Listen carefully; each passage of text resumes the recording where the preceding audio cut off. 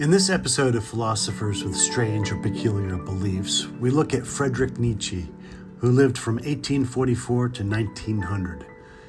Nietzsche's contemporaries included the likes of Fyodor Dostoevsky, George Brand, Richard Wagner, and one of my favorites, Arthur Schopenhauer.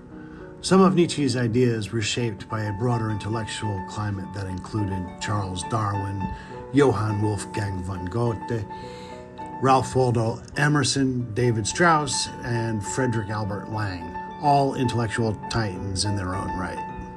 Nietzsche's ideas were a radical break from everything that came before.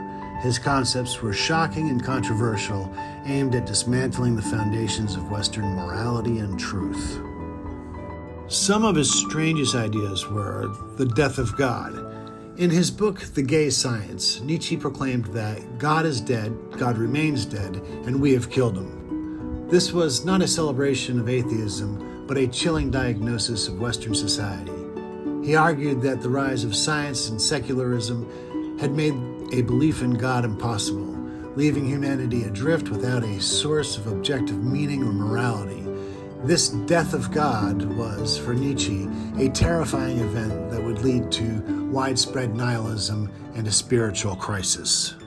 The Übermensch, or Overman, as a solution to the crisis of nihilism, Nietzsche proposed the concept of Übermensch. This was not a biological evolution, but a spiritual one. The Übermensch is a higher type of human being who, having accepted the death of God and the meaninglessness of the universe, creates his own values and forges his own path, fully embracing the suffering and struggle of existence. And then there was the will to power.